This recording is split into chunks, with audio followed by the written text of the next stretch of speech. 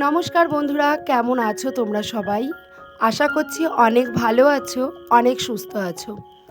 আমার নতুন আরও একটি সুন্দর সকালে রানাঘাটের ছোট্ট একটা গ্রাম থেকে সব্বাইকে অনেক স্বাগত, অনেক ভালোবাসা জানিয়ে আমি দীপিকা চলে এসেছি নতুন আরও একটি ব্লগ নিয়ে। আমার নতুন আরও একটি ব্লগে তোমাদের অনেক ভালোবাসা জানিয়ে চলো আজকের ব্লগটি শুরু করা যাক।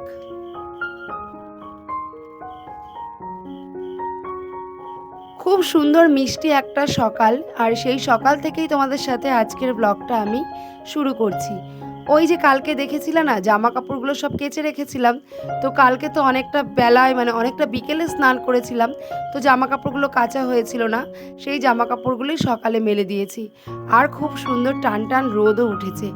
এই টান টান রোদে জামা কাপড় মেললে কিন্তু বেশিক্ষণ টাইম লাগে না। সত্যি বলছি বন্ধুরা, মানে এমন কত দিন গেছে, কতগুলো বছর গেছে আমার জীবন থেকে যে আমি জামা কাপড় মেলার জন্য শুধু বালতি নিয়ে এ বাড়ি ও বাড়ি দৌড়েছি। তো ফাইনালি মানে সেই দুঃখটার অবসান হয়তো ঘটেছে, হয়তো না ঘটেছে। এবার সেই দিনগুলো মনে পড়ে যে সত্যি এই বালতি নিয়ে কার কার বাড়িতে না গেছি আমি।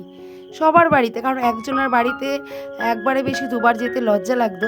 তো সবার বাড়িতেই এমন গেছি আর কি। আর আজকে নিজের ছাদে জামা কাপড় মেললাম। এই তো খানিক পরেই শুকিয়ে যাবে, যা রোদ উঠেছে। আর এই দেখো আমাদের গাছে কি সুন্দর ফুল ফুটেছে। আমার অনেক দিনের শখ আমার একটা ছাদ বাগান হবে।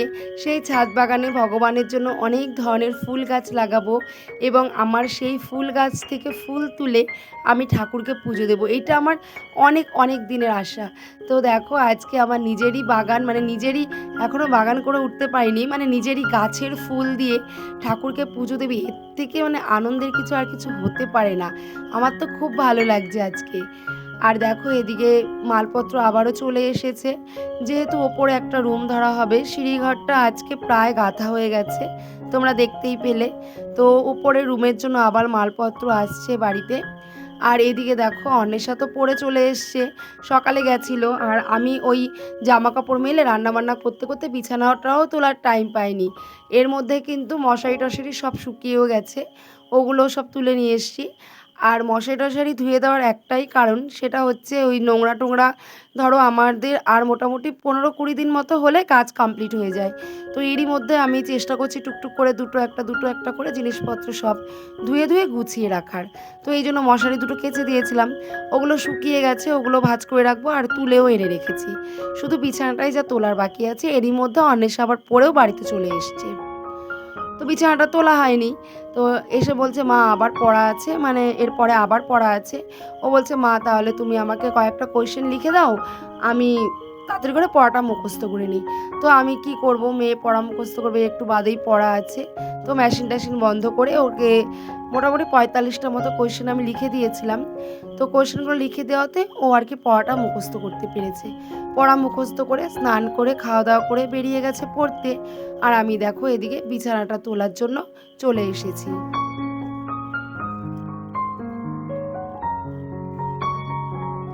এখন তো আমার কাজের কোনোই ঠিক ঠিকানা নেই।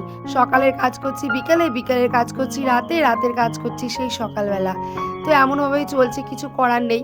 এরই মধ্যে চেষ্টা করি ঘর দুয়ারগুলোকে একটু, ঘর দুয়ার তো আর পরিপাটি করে রাখতে পারছি না, কিন্তু নিজের যে দরকারি জিনিসপত্রগুলো সংসারে বলো তো কি, একটা যে কাগজের টুকরো সেটাও কিন্তু খুবই জরুরি, খুবই দরকারি। কারণ দিন শেষে ওই কাগজের টুকরোটারও ভীষণ পরিমাণে প্রয়োজন হয়। তো চেষ্টা করছি সংসারে যাবতীয় জিনিসগুলোকে সুন্দর করে পরিপাটি করে যত্ন করে গুছিয়ে রাখার। যেহেতু আমাদের ওপরে ঘরটা শুরু হয়ে গেছে, তো আমাদের ট্যাঙ্কিটা তো ওই কর্নারে বসানো ছিল, ট্যাঙ্কিটা ওখান থেকে সরানো হয়েছে। তো ট্যাঙ্কিটা আবার মিস্ত্রি আসবে, লাগাবে তারপর। এবার অটোমেটিক্যালি যে পাইপগুলো লাগানো থাকে মোটরের সুইচ দিলে সেই পাইপগুলো দিয়ে জল পড়ে। তো ছাদে তো সেটাই আছে, এখান থেকেই মিস্ত্রিরা কাজকর্ম করেছে। আর গামলা ঠামলা এর জন্য সব ছাদের উপরে আনা হয়েছে। যেহেতু কল পামিয়ে পামিয়ে মিস্ত্রিদের কাজ করা সম্ভব নয়, তাই ওই মোটরটা নিচ থেকে চালিয়ে দিচ্ছি, আর গামলা টামলাগুলো সব ভরে নিচ্ছে, ওভাবেই কাজ করছে। আর কালকে মিস্ত্রি এসে কালকে ঠিক মানে ট্যাঙ্কিটা বসিয়ে দিয়ে যাবে ঠিকঠাক জায়গা মতো। তো যত বাসন টাসন আছে আমি এই জন্য সব ছাদে নিয়ে এসেছি, ওই গামলা ভর্তি করে জল নিয়ে ওখানে মেজে নিয়েছি। আর টুকিটাকি যে মশলাপত্রর যে আমাদের যে জিনিসপত্রগুলো কৌটো কাটাগুলো, সেগুলোকে আমি না সুন্দর করে ধুয়ে দিয়েছি আর এখন রোদ্দুরে মেলে দিচ্ছি। ওই যে রান্নাঘরটা কমপ্লিট হয়ে গেলেই তো আমার এই জিনিসগুলো লাগবে, আর এগুলো তো আমাদের নিত্য প্রয়োজনীয় জিনিস, এগুলোকে অবহেলা করলে চলবে বলো? তাই চেষ্টা করছি সমস্ত জিনিস গুছিয়ে যত্ন করে পরিপাটি করে রাখার। এই দেখো, সব কিছু কিন্তু ধুয়ে দিয়েছি। আর এইগুলোকে আমি যত্ন করে রেখেও দেবো। আর এগুলো ধুয়ে দেওয়ার পরে আমি স্নানটাও সেরে নিয়েছিলাম। আর এখন দেখো বিকেলও হয়ে গেছে। তো ভাবলাম এগুলো সব তো শুকিয়েই গেছে, একটা ব্যাগে ভরে রেখে দিই, তাহলে আর নোংরা হবে না। সত্যি বন্ধুরা, আমি এভাবেই কিন্তু সংসারের জিনিসগুলোকে যত্ন সহকারে পরিপাটি করে রাখি। এত অগোছালো একটা পরিস্থিতির মধ্যে, একটা বাজে পরিস্থিতির মধ্যেও চেষ্টা করছি সংসারের সমস্ত জিনিসই কিন্তু ছোট হলেও মূল্যবান। তো চেষ্টা করছি সেগুলোকে সুন্দর করে যত্ন করে পরিপাটি করে আগলে রাখার। আর আমি কিন্তু এভাবেই আমার সংসারে কাজকর্মগুলো করে থাকি নিজের বুদ্ধি খাটিয়ে। এই ব্যাগটা আমরা যখন বৃন্দাবনে গেছিলাম, তো ওখানে গিয়ে অনেক জিনিসপত্র কিনেছিলাম। তো কিসে করে জিনিসপত্রগুলো আনবো, তখন এই ব্যাগটা কিনেছিলাম। ব্যাগটা অনেক বড় এবং অনেকই মালপত্র কিন্তু আটে। তো এই ব্যাগটার মধ্যে আমি কি করছি, ওই মশলাপত্র কৌটো মোটো যা সব ধুয়ে রেখেছিলাম ওগুলো এখন ভরে রাখবো। ভরে আর এই ব্যাগটার মধ্যে না চেন সিস্টেম করা আছে, তো চেনে আটকে রাখলেই কিন্তু আর ধুলোবালিও ঢুকবে না, আর জিনিসগুলোও ভালো থাকবে। আর আমার যখন ঘরটা কমপ্লিট হয়ে যাবে, তখন কিন্তু কাজের অতটাও তাড়াহুড়া বাঁধবে না, মানে অত চাপ, সমস্ত চাপ একদিনে মাথার উপরে আসবে না। তো এই জন্যই আমি বুদ্ধি খাটিয়ে সমস্ত কাজগুলোই আগে থেকে টুকটুক টুকটুক করে করে রাখার চেষ্টা করছি। আর শুধু চেষ্টাই করছি না, সমস্ত কাজগুলো কিন্তু আমি আগে থেকে করেও রাখছি।